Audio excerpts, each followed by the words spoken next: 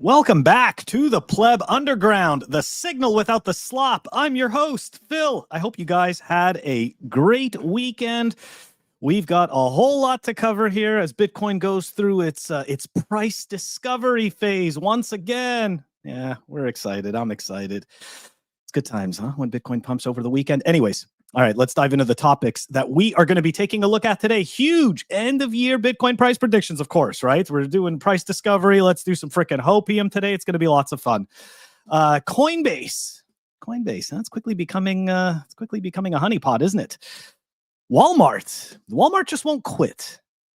What am I talking about? I'm talking about their aspirations for a bank. And if you've been following Walmart's history at all, you know that what really pisses them off is that they were never able to become a bank. This is something they've been trying for over 20 years. Anyways, what else? Samsung, right? Samsung's going to be essentially opening up their phones to 75 million users. That's right, guys. They're going to be hooking us up. Well, not me personally, but hooking Samsung users up with a wallet. Looks like Samsung is going crypto mainstream. All right, the Hopium, of course, guys. It's gonna be crazy. Massive price predictions, massive orders for miners. Let's freaking go. Paper Bitcoin Summer. You know that we couldn't have an episode like this without more Paper Bitcoin Summer. We're going to cover what is going on over there. IBIT, GUMI. I don't even know how to pronounce this Brazil treasury company. Orange? I guess it's French sounding. Orange? Anyways, whatever. Crypto ETN Ban Lifted. And looks like we're getting a lot of investment firms lining up to speak at these Bitcoin treasury conferences, which, to be perfectly honest, they're going to need all the help they can get right now because holding Bitcoin has just been so much better than buying those stocks. Just my opinion.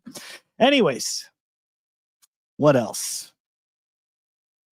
I think that's pretty much it, guys. I think that's everything we're going to cover. So let's do it. You know what we're going to do, though, first? Show some love to the Pleb Underground sponsor. We're going to be right back, and then we're going to dive into all of this. Here we go. Pleb Underground is sponsored by Archimedes Emporium. Discover the pinnacle of precision engineering, starting with their Bitcoin logo wall clock, meticulously machined in Maine from a solid block of aerospace-grade aluminum, ensuring unparalleled durability and performance. Experience the difference of a product made without compromise. Head on over to Archimedes Emporium. Okay, we are back diving into, let's just start off right away with the Hopium and the predictions and all that fun stuff.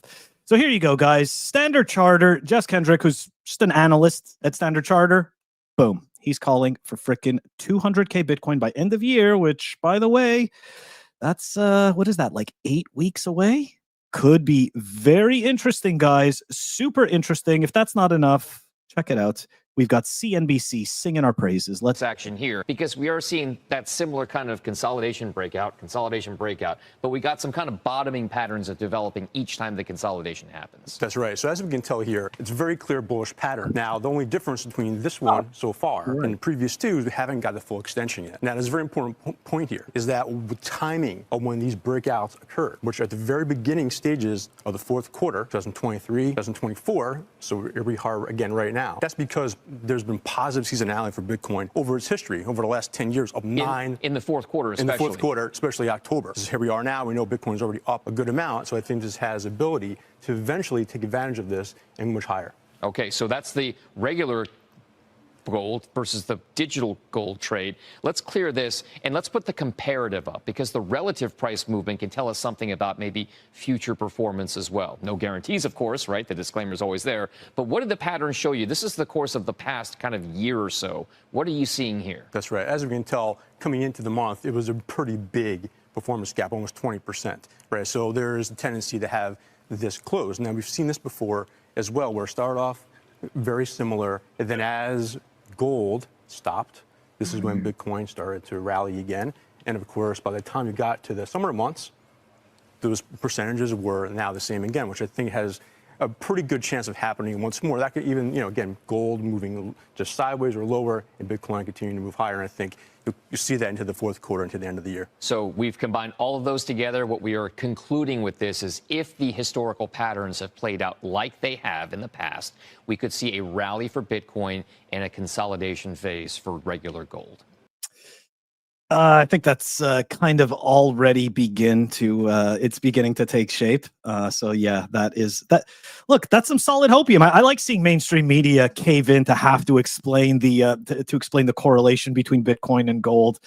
But yeah, that is some serious bullishness, guys. That is some serious bullishness. Maybe those of us who have been calling 200K end of year have actually been bearish, right? Maybe we've been bearish.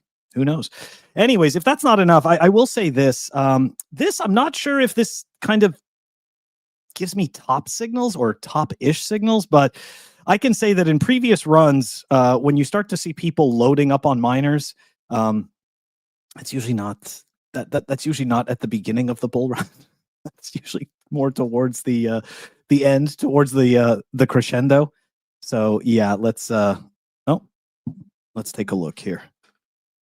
I don't know what's going on. I got some audio issues. Of course, right? Monday. All right, so Canaan secured a 50,000 unit order for its Avalon A15 Pro mining rigs from a U.S. buyer, marking its largest order in over 3 years. So look, that definitely indicates that we are at the point in the cycle where the market exuberance is beginning to take hold, right? People can see the future value of Bitcoin and they're picturing themselves, at least in this particular case, hey, they're starting to get ready. Now, granted, I don't actually know who it was that made this purchase. It could very well be, a massive public company already that's just kind of gearing up.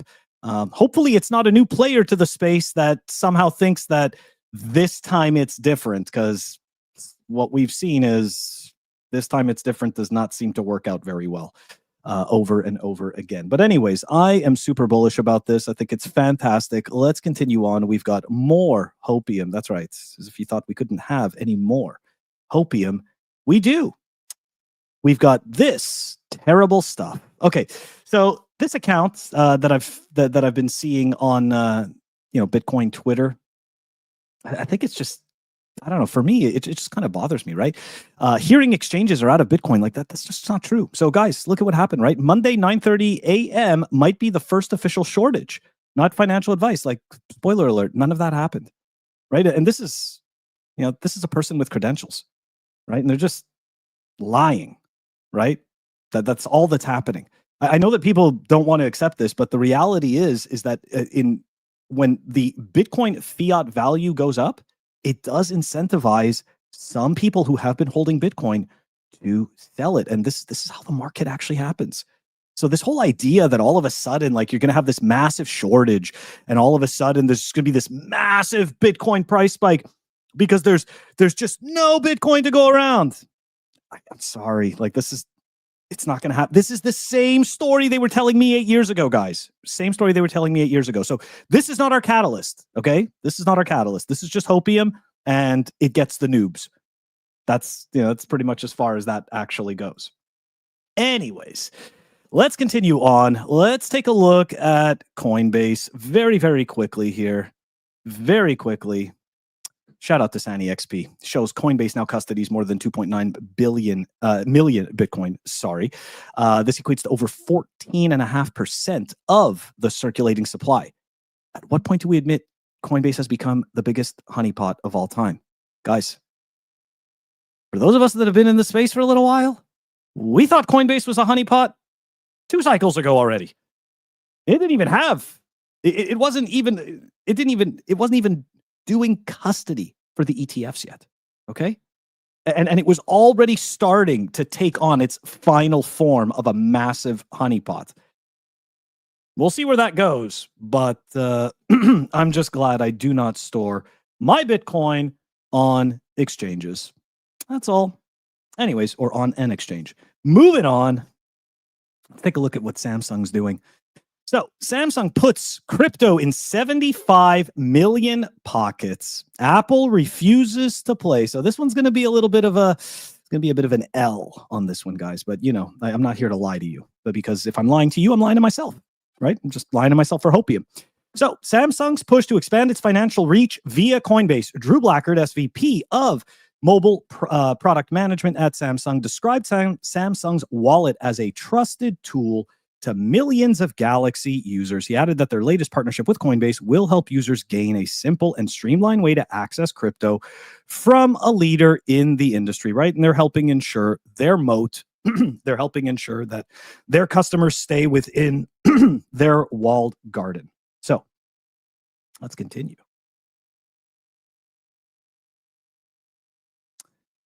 Of course, we had to find out what Apple was going to do, right? Because these are the major players. While the smartphone giant allows users to download crypto trading apps, which we all know, Apple has yet to embed any crypto features into its own services like Apple Pay or Apple Wallet. And we all know that Apple is much more strict about its ecosystem than Android. So this, I think that this is unsurprising. But here is the, to me, the signal in this, well, part of the signal in this whole thing. Apple CEO Tim Cook disclosed that he holds Bitcoin and Ethereum in his personal portfolio. Ta-da! In the same interview, he stated that the company has no plans to invest its $200 billion cash reserves into Bitcoin or any other crypto assets. Cook said, people don't purchase Apple stock to gain exposure to the crypto market. He's not wrong. He isn't wrong. And this is something that I have said before. Like, this is why, to me, these are the types of businesses when they are going to purchase Bitcoin and start holding it on their balance sheet. These are the businesses that are able to afford to do it almost into perpetuity. $200 billion in cash sitting on the sideline, not including operating income. Okay, not including regular daily cash flows. Like it's mind-boggling. Sorry, not including free cash flow, which is what's left at the end. But anyways, my point is that these businesses, they don't need Bitcoin. I know we want to believe that they do, but they don't. Right now, the ones that have come to the table, for the most part, have been the most desperate players attempting to reinvent themselves or simply to invent themselves, period. So I know it sucks, but it doesn't surprise me one bit. And it's funny, right? They always put the signal in the articles. It's all the way at the end, right? It's always like middle towards the end. That's where you actually get real information out of these articles. Never seen so many comments. Wow. Okay, sorry. I'm continuing on, guys. Sorry, every once in a while I try to pop in on the comments. I appreciate all you guys. Okay, let's go back over here. What are we taking a look at next? We're gonna go to let's take a look at Walmart. Right, Walmart. Let's dive right into it. Here we go. Walmart backed OnePay. Whoa, what's that? Walmart has kind of like a digital bank type of infrastructure. I personally, I may have covered it a few months ago or something like that, and I just don't recall, but I do not remember Walmart having this. But anyways, Walmart backed OnePay to add Bitcoin and Ether trading to finance app. And before the people cheer and think this is all about Bitcoin, you need to understand Walmart's history, okay? And more particularly, their relationship with the banking system, okay? So we are going to go here. We're going to go through a little story time, right? So this open, sorry about that. This what is this called? OnePay, right? This OnePay thing that Walmart backs. Okay, founded in 2021 by Walmart and venture firm Ribbit Capital. OnePay has been building what it calls an everything app for digital finance. You know who else is building one of those? Elon was trying to build one of those with Twitter. Mark Zuckerberg was trying to build one of those with Facebook. Everybody understands how network effects work, especially those guys. They understand what it's like to immediately have a customer base of hundreds of millions of people, if not billions of people. Anyways, By adding crypto, OnePay is banking on the idea that its users, many of whom shop at Walmart, it's about 3 billion people, I think, that something like that shop at Walmart anyways, or have access to Walmart products. Shop at Walmart's nearly 4,600 US stores will want to spend, save, or transfer crypto on the same platform they handle cash. Now, remember, Walmart is looking out. They're thinking of banking. They don't give a shit about crypto. Okay. The OnePay is closely tied to Walmart. The app is operated as a separate company, rightfully so, when you understand their history, to appeal to a broader user base, particularly Americans underserved by traditional banks. Well, that sounds good. It makes us feel good too, doesn't it? Okay, let's continue on to next. Let's go back in time, guys. All right, so this article was written in 2010. Walmart gives banks a run for their money. And it might make you wonder, right? That's 15 years ago. 15 years ago, Walmart was already trying to break into banking. Why couldn't they do it? Many U.S. financial institutions have already been taking note of Walmart ever since 1999. Guys, 26 years. Think of how much money Walmart has. Think of the lawyers. Okay? Think of the power that Walmart has. They won't let them be a bank. It's a big club. And even Walmart's not in it. Okay? Anyways, when Walmart failed at its first 3 attempts to acquire an industrial bank, many within the industry have made it clear that the retail's proposed banking foray is unwelcome because immediately they're going to have a bigger network of customers than any of these banks. Okay? Banks showed their opposition in force in 2005 when Walmart filed its first application with state regulators and the FDIC to operate its own industrial bank. Because guess what? Walmart's margins are razor thin. Okay. And as a result, if they had their own banking rails, they would be able to expand on their margins on their products. Anyways, Walmart withdrew the application in 2007 after heavy lobbying against the move and much delayed approval process at the state and national levels. So yeah, they're gonna let Walmart in now, right? But not as Walmart. They're letting Walmart in just on the ground floor as OnePay, and Walmart is using this to actually do it. They're using OnePay to actually pull this off. Look, you know what? It's not like I'm a cheerleader for Walmart or anything like that, but I am definitely not a cheerleader for the bank, for the bankers and the tiny little banking club that doesn't let anybody in it. So yeah, when I see businesses like Walmart causing pain like this, good. There needs to be competition. I mean, look at what had to happen. Bitcoin had to come along just to actually make these people realize that they were dinosaurs. You have to go flip the whole entire narrative on its head, Anyways, okay, moving on, guys. Let's dive into it. It's freaking paper Bitcoin summer. Okay, let's prepare for some paper Bitcoin summer. Get ready. We're gonna kick it off with what's this guy's name over here? The Swiss hedge fund partner Richard Byworth, and these are gonna be interesting. Let's see what he had to say in this interview. Yeah, I think, look, we run a private equity business, and so we have a lot of cash flow generating businesses that, at some point need to see an exit for investors.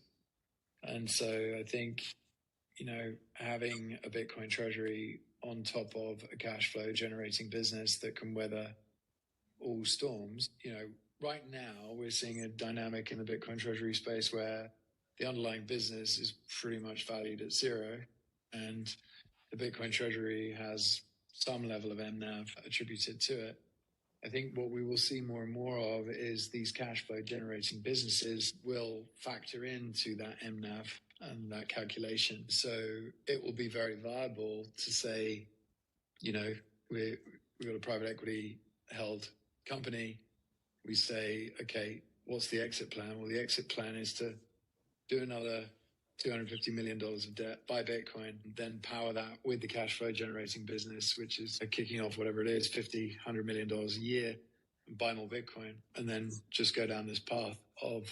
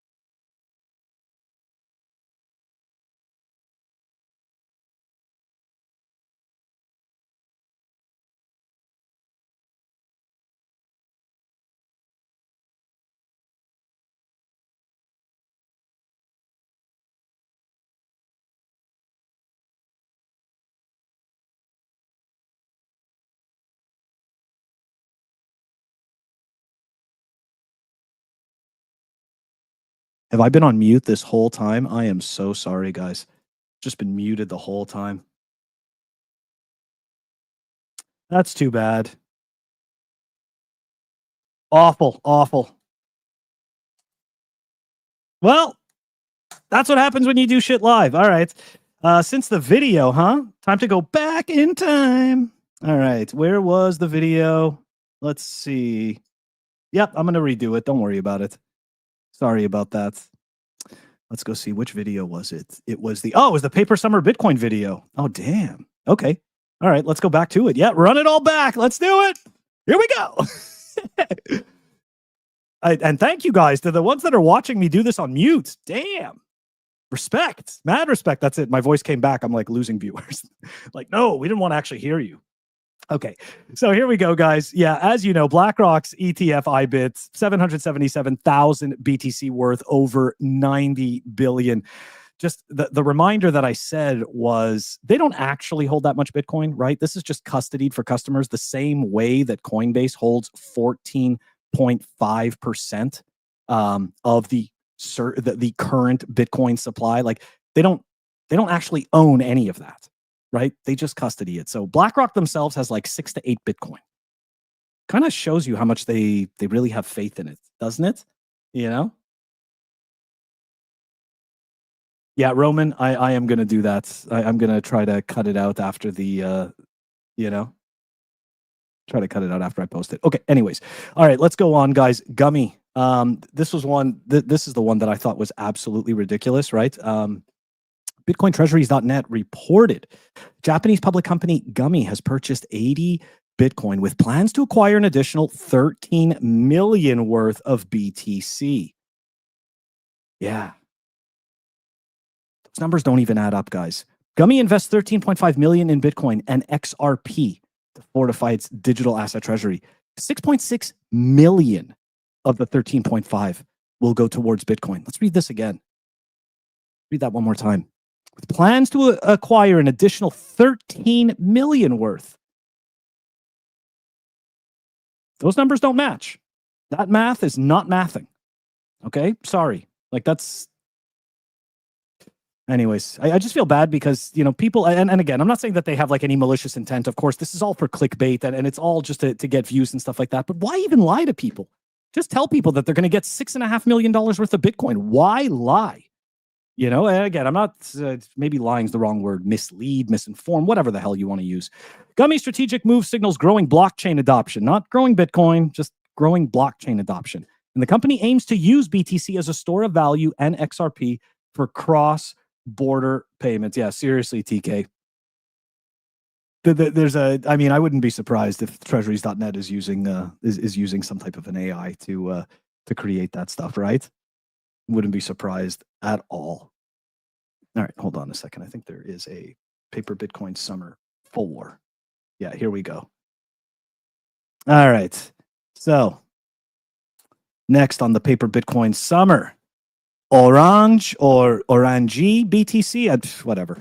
So look, they've been holding 3,650 Bitcoin as the largest BTC treasury firm in Latin America. I don't know if you guys realize this, but they've been dangling this carrot in front of us for quite a while. And yeah, they are finally going to go public. I'm definitely going to pay attention to this to see what exactly happens. I can probably predict that the chart goes down and to the right. We'll see.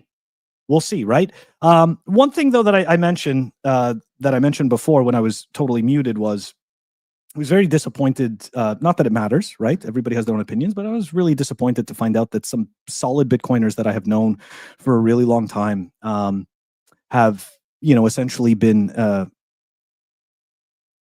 have taken, jobs, being the influencers for these treasury companies and essentially shilling a whole bunch of crap, right? Essentially shilling this garbage to their fellow Bitcoiners that they've known, or Bitcoin enjoyers that they've known for years. And it's just, to me, it's really disheartening. And the other piece to it is this, right? If you actually did what you said you were going to do when you stacked and stacked what you said you were going to stack, then maybe you don't need to shill this garbage, right? But for me, like this becomes a situation where people they feel like they're getting left behind. They feel FOMO, right? They see people around them, getting, supposedly getting extremely wealthy and all of this stuff, and they want to catch up, right? They want to be there now. And some people think that this is their ticket, and anyways, I don't know how people shield this stuff in good conscience. But yeah, it is just pure garbage. I'm sorry. I'm not saying that this may not do well or whatever, but it just bothers me that these businesses just, for the most part, right, they have no prospects.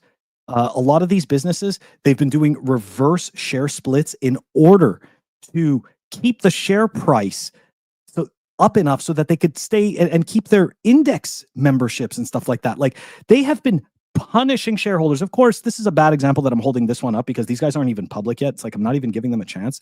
But there's so many examples already where they have just punished their shareholders over and over again. We're going to see tonight, because tonight we have the roundtable with Humble Bitcoiner and Sir Ulrich. And we are going to be doing, because that's right, guys, there is so much Paper Bitcoin Summer going on that we are going to cover a whole other aspect of Paper Bitcoin Summer over there. And it's just absolutely brutal, guys. Some people are down 97, 98%. All they had to do was buy and hold Bitcoin, right? But they believed in the cheerleaders, and they believed that the carrot on the end of the stick, they were eventually going to get to have it. And that just wasn't the case. It really, really wasn't. Okay. Anyways, moving on from OranJeBTC. Yeah, see, look, there you go. Nice and simple, right? $20 every weekday.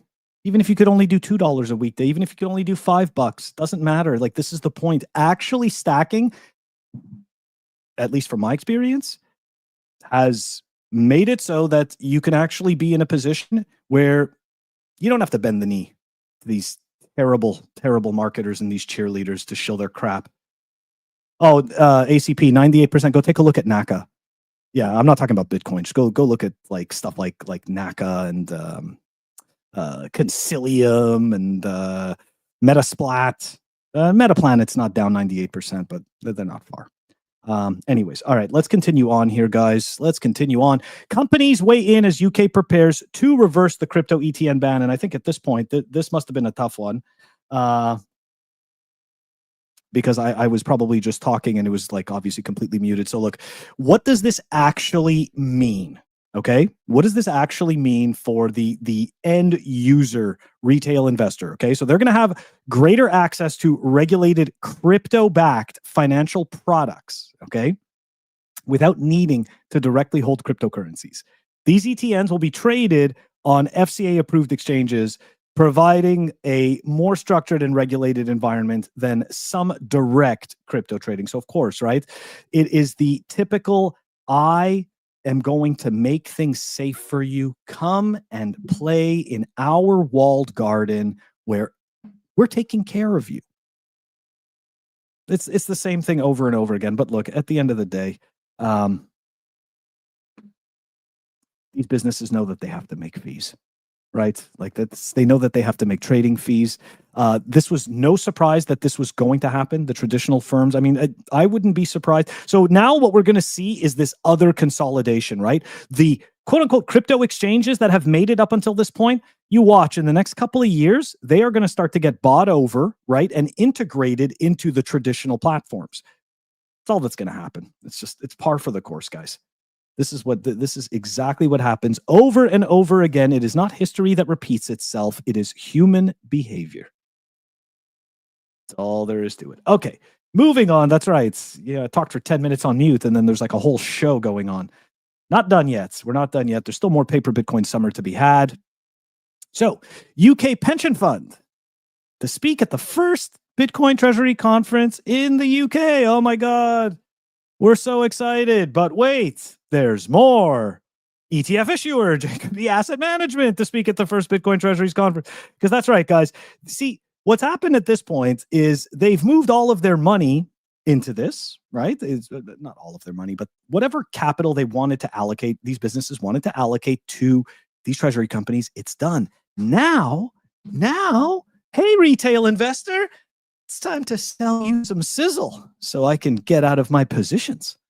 And that's exactly what's coming. So yeah, they're going to be there to sell to the people, remind them just how wonderful everything is. Anyways, guys, should have finished this 10 minutes ago. Thank you so much for bearing with me. I am so sorry for doing that again. I'm just going to stop muting the mic. I obviously cannot handle the mute button. Okay. But yeah, guys, that's it for today. Don't forget, this evening, 8 p.m. Eastern time, myself, humble Bitcoiner, Sir Ulrich, we are all going to be doing the round table. We've got a whole lot of topics to cover. It is going to be freaking wild. Have a great rest of the day. Let's keep enjoying Bitcoin's price discovery. Once upon a time, I used to say, welcome to Bitcoin accumulation country. And this is when we were below 20K. At this point, we're watching Bitcoin price discovery, and it is a sight to behold. Have a great day, guys. Take it easy. Peace.